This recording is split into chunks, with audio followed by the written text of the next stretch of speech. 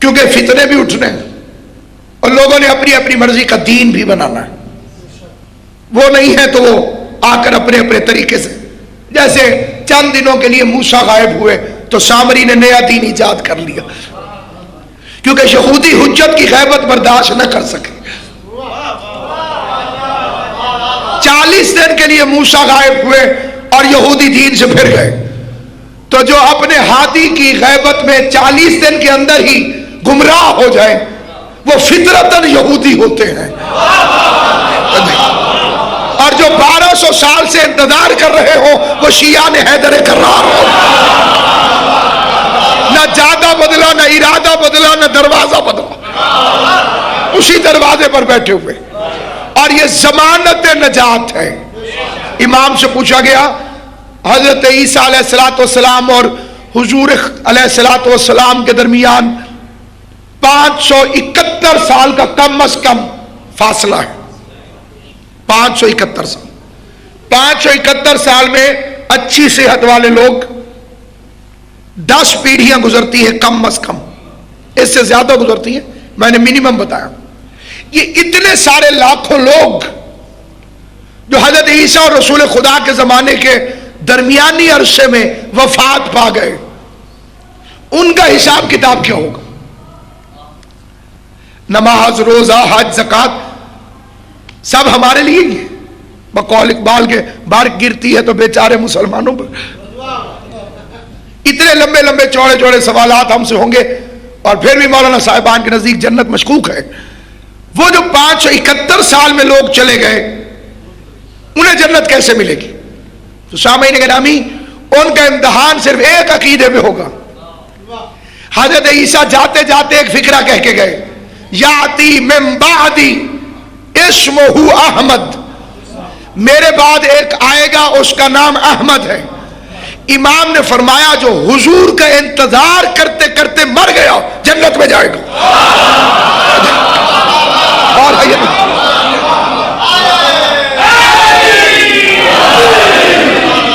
جس نے خالی انتظار کیا کہ حضور تشریف لائیں گے وہ جنت میں چلا جائے گا. اب یہ ایک لفظ ہے معرفت، حجت خدا کی معرفت. اس کی 2 قسمیں ہیں. ایک ہے معرفت خاصہ، یہ خواص کے لیے. ایک ہے معرفت عامہ، یہ عوام کے لیے. اور ایک ان دونوں سے اوپر کی معرفت ہے، معرفت حقیقی، کہ ان کی حقیقت کیا ہے. وہ کوئی چاہے بھی تو نہیں پا سکتا. وہ یا اللہ کے پاس ہے یا رسول کے پاس. یہ وہی معرفت ہے جس کے لیے سلمان سے پوچھا گیا تھا مسجد میں کون کون ہے. سب کے نام لیے، مولا علی کا نام چھوڑ دیا، کہا ایک وہ ہے جسے میں نہیں جانتا. آدمی آیا تو اسی کو ڈھونڈنے لگ گیا جنہیں نہیں جانتا تھا. تو امیر نظر آئے، کہا سلمان نے جھوٹ بول دیا. سلمان کو بلایا تو کہا میں اب بھی قائم ہوں، وہ ہے وہ ہے وہ ہے وہ ہے وہ ہے، اور انہیں میں نہیں جانتا. حضور جانتے تھے، ہمیں بتانے کے لیے پوچھ لیا. سلمان دلیل پیش کرو. کہا آپ جو تقریر میں کہا کہ علی کو یا اللہ جانتا ہے یا آپ جانتے ہیں، نہ میں اللہ ہوں نہ محمد مصطفیٰ. تو اب میں کیسے جان سکتا؟ ہم جان ہی نہیں سکتے کہ یہ کیا ہے. پہلی جہالت وہیں سے شروع ہوتی ہے جب یہاں سوال پیدا ہو جاتا ہے کہ ہم کیوں نہیں جان سکتے. ہمارے ذہن کو اتنے سورس نہیں دیے گئے کہ ہم آل محمد کو پہچان سکیں. یہ جو نام ہے یہ بھی تسکین قلب کے لیے ہے، تاکہ علامت کے طور پہ ہمیں نام بتا دیے جائیں، ورنہ اشارہ بھی نہیں ہو سکتا. اور یہ نام اس کے رکھے ہوئے ہماری سہولت کی خاطر. جب الف نہیں تھا تب بھی اللہ تھا، اور جب میم خلق نہیں ہوا تھا تو تب بھی حضور تھے، جب عین نہیں بنا تھا تو تب بھی علی تھے. اور پھر یہاں پر پبلک کلم الناس علی قدر عقولہم، کہ نور سے خلق ہوئے. یہ ہمارے اہل سنت بھائیوں کا عقیدہ ہے. جو مذہب اہل بیت کا عقیدہ ہے وہ اس سے بہت آگے ہے. جبریل نور سے خلق ہوئے، وہ آگے بڑھتے تو جل رہے تھے.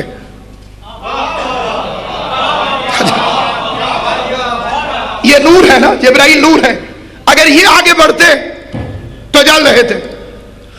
اور حضور چمڑے کی جوتیوں سمیت چل رہے تھے، کیونکہ وہ جوتی حضور کے قدموں سے لپٹی ہوئی تھی. تو اس وقت وہ اپنی طینت میں جبریل کے نور سے افضل تھی. اور بہار الانوار میں امیر المومنین کا فرمان ہے، کہا کہ اگر اس نور پر، جسے آپ نور کہتے ہیں، میرا نام نہ لکھا جاتا تو اس میں روشنی پیدا نہ ہوتی. توجہ ہے کہ نہیں؟ آپ معلوم ہوا جہاں علی نہیں وہاں اندھیرا ہے. اب جہاں علی نہیں معلوم کس کے کلمے میں اندھیرا ہے، کس کی آذان میں اندھیرا ہے، کس کی نماز میں اندھیرا ہے. سامعین گرامی، جو ہمارے پاس معرفت کا ذخیرہ ہے، ہمارے سے مراد ماننے والوں کے گھروں میں، اس کی بنیاد ہے کہ آپ 12ویں امام ہیں، زندہ ہیں، آ جائیں گے. یہ معرفت نہیں ہے. جو کم از کم ریکوائرمنٹ ہے ائمہ معصومین کی احادیث کے مطابق، وہ ہے تعارف غائبانہ. آپ کسی صاحب سے ملے، آپ نے پوچھا آپ کا نام، مثال کے طور پر وہ کہا سید تنظیم حسین نقوی. میں نے بسم اللہ بسم اللہ قبلہ. آپ کا غائبانہ تعارف تو تھا، ملاقات آج ہوئی ہے. تو کم از کم امام کا اتنا تعارف موجود ہو کہ ہم امام کو اتنا کچھ کہہ سکیں ان کے آنے کے بعد کہ مولا آپ کا غائبانہ تعارف تو تھا.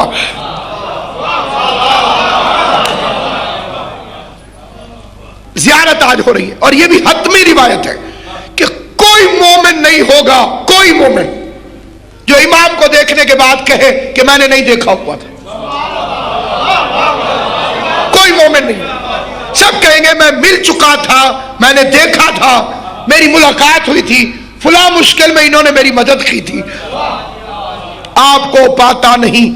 جب آپ کو پاتا ہوں میں، یا تو کھو جاتا ہوں میں یا کھو دیا جاتا ہوں میں.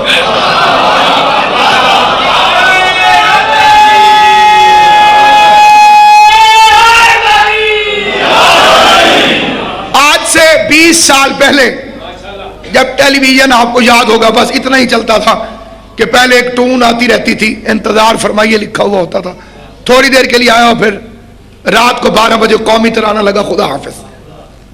باہر والوں کے لیے آسانی ہوگی، کم از کم جو یہاں کے حضرات ہیں، میں اپنی معلومات کے مطابق، عجیب لگتی تھی یہ روایت کہ جب حضرت کا ظہور ہوگا ہر کوئی اپنے گھر میں بیٹھ کر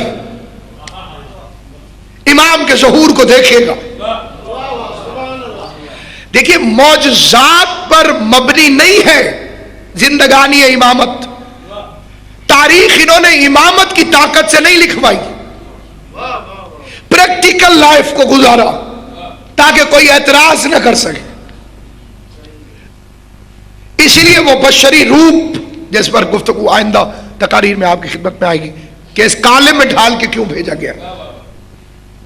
تو اب آپ میڈیا کی ترقی دیکھیے، نیوز الرٹ کا جو سسٹم چلا ہے، ایس ایم ایس کے ذریعے، ٹیلی ویژن کے ذریعے، انٹرنیٹ کے ذریعے.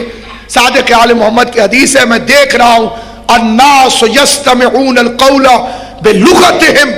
مشرق میں بیٹھا ہوا آدمی مغرب میں بیٹھے ہوئے سے براہ راست اپنی زبان میں گفتگو کر رہا ہے.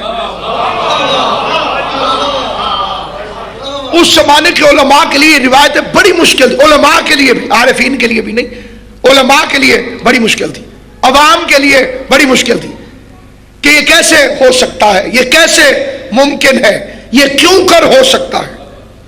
اسی لیے اکثریت روایات کی اب بھی موجود ہے جس کے اندر ایسی ایسی باتیں ہیں جسے سننے کے بعد انسان حیران ہو جائے کہ یہ کیسے ہوگا. مردے کے زندہ ہو جانے کے احکام یہ صرف ہماری فقہ کے اندر موجود ہے.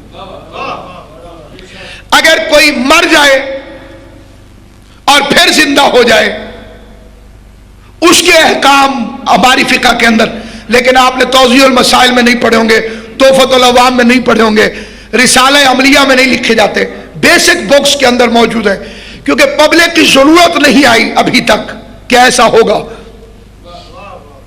لکھا ہوا ہے تو ہوگا۔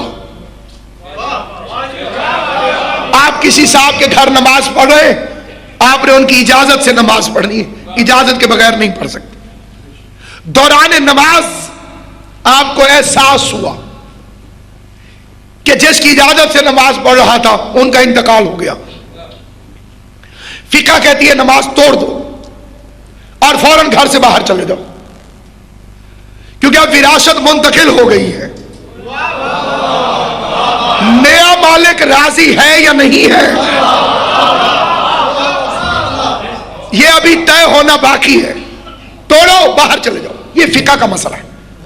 تو اب سامعین گرامی قدر، تعارف غائبانوں کہ ہمیں امام کی وہ معرفت حاصل ہو سکے جس میں ہمیں ان کی عقیدت میں اختیار کا اندازہ ہو، ان کے بنیادی نشانیاں اور ان کے اختیار بالخصوص، کیونکہ امام کے ظہور کے بعد جس غلطی کی معافی نہیں ہوگی وہ اختیار حجت میں شک ہے۔ اس سے پہلے بھی جو سزائیں ملی وہ انہی مجرموں کو ملی، وہ جو مرد عورت بن گئی تھی۔ امام علیہ السلام نے کیوں بنایا؟ اختیار میں شک کیا، اللہ کا ساتھ دیا، حالانکہ اس نے کافر نہیں تھا، یہودی نہیں تھا، عیسائی نہیں تھا، کہہ رہا تھا اللہ بھی یہ کر سکتا ہے، آپ نہیں کر سکتے۔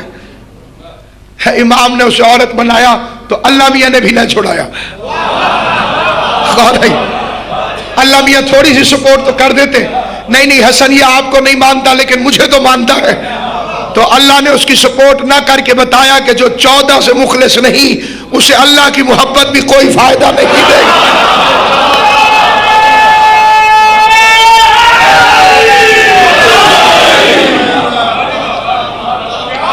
مجھے اپنے بچپن میں یاد ہے، میں لاہور میں جب پہلی دفعہ آیا تھا 6 جولائی 1986 کو یہاں کانفرنس کے اندر، تو داتا صاحب کو بھی دیکھنے کا شوق، مینار پاکستان بھی دیکھنے کا شوق، داتا صاحب کی طرف نکل گیا، بھوک لگی ہوئی تھی، اس سامنے دیکھیں تیار تھی، تو میں نے کہا داتا ہیں تو بانٹتے ہوں گے، میں نے یوں ہاتھ کر دیا، میں نے کہا مجھے بھی دو، اس نے کہا ٹھہرو ابھی کوئی آئے گا وہ خریدے گا۔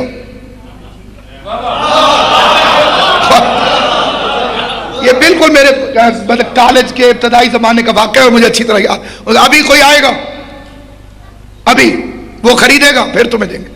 میں ایک طرف کھڑا ہو گیا، اتنے میں ایک بندہ آیا، اس نے خرید لی، مالک نے اسے بیچ دی، اس نے مجھے کہا اس سے مانگو۔ یہی فلسفہ ہے سارا خدا کی عطاؤں کا۔ آل محمد نے خرید لی ہے، اب اللہ سے مانگنے کا فائدہ کوئی نہیں، وجہ ہے یا نہیں؟ خدا کہے گا انہی سے مانگو۔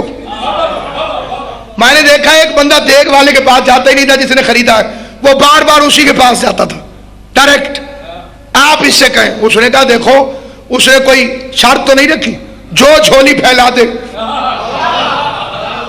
اسی کو دیتا جا رہا ہے۔ آل محمد نے بھی کوئی شرط نہیں رکھی، جو جھولی پھیلاتا جائے گا دروازے پر جھولیاں بھرتے چلے جائیں گے۔ اب میں نے بڑا سوچا کہ یہ بندہ آتا کیوں نہیں اس سے مانگنے، ادھر کیوں جاتا ہے؟ تو پھر پتا چلا کہ اس کی اور اس کی لڑائی ہوئی ہے۔ فدق کے چور آل محمد کے پاس نہیں آتے، اللہ کے پاس جاتے ہیں اسے لے کے۔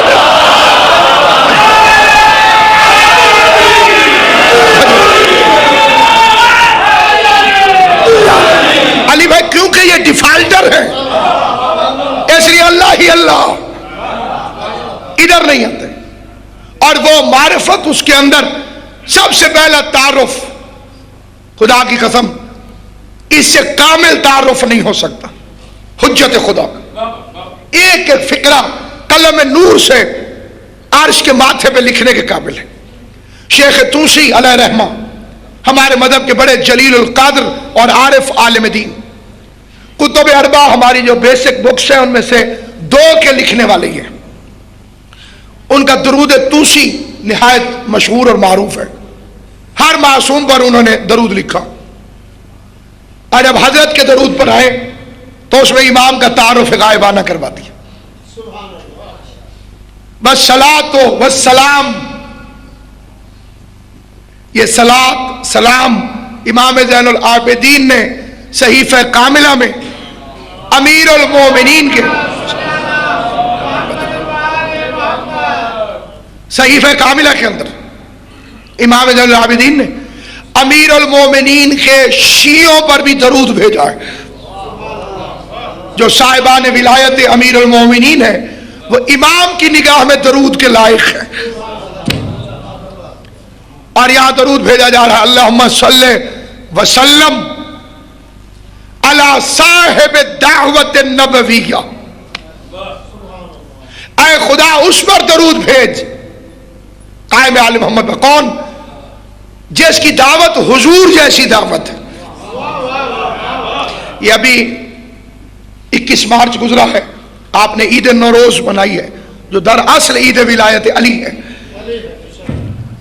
یہ غدیر کا دن نہیں، یہ سن 660 عیسوی 21 مارچ جب امیر المومنین ظاہری تخت پر تشریف فرما ہوئے، اس دن 21 مارچ جب مولا بیٹھے تو امام پر سوال کیا گیا طنز کے ذریعے سے، کہا یہ وہی تخت ہے جسے آپ ابن عباس سے کہہ رہے تھے کہ جوتی سے بھی گھٹیا اور بکری کی ناک سے بہنے والی غلاظت سے بھی کمتر،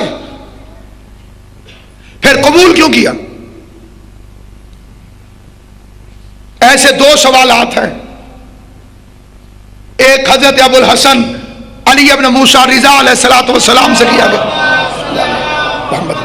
کہ مولا آپ نے جو ولی عہدی قبول کر لی، اس کا مطلب تو یہ ہے کہ اس کی حکومت جائز ہے جس کی آپ ولی عہد ہیں۔ جو فوراً جواب دے دے وہ نبی نہیں ہوتا، جو فوراً جواب دے دے وہ امام ہوتا ہے، کیونکہ نبی وحی کا انتظار کرتا ہے، وہ کہے تو جواب دوں اور یہ بولے تو سمجھو وہ بول رہا ہے۔ سوال ختم ہوا، امام نے جواب شروع کر دیا۔ امام نے فرمایا عزیز مصر کافر تھا اور یوسف اس کے وزیر بنے، تو جب کافر کے وزیر بننے سے یوسف کی نبوت میں کوئی فرق نہیں پڑا تو اس ظاہری مسلمان کا ولی عہد بننے سے میری امامت میں کیا فرق پڑ سکتا؟ یہ قرآنی جواب تھا جو امام علیہ السلام نے ارشاد فرمایا۔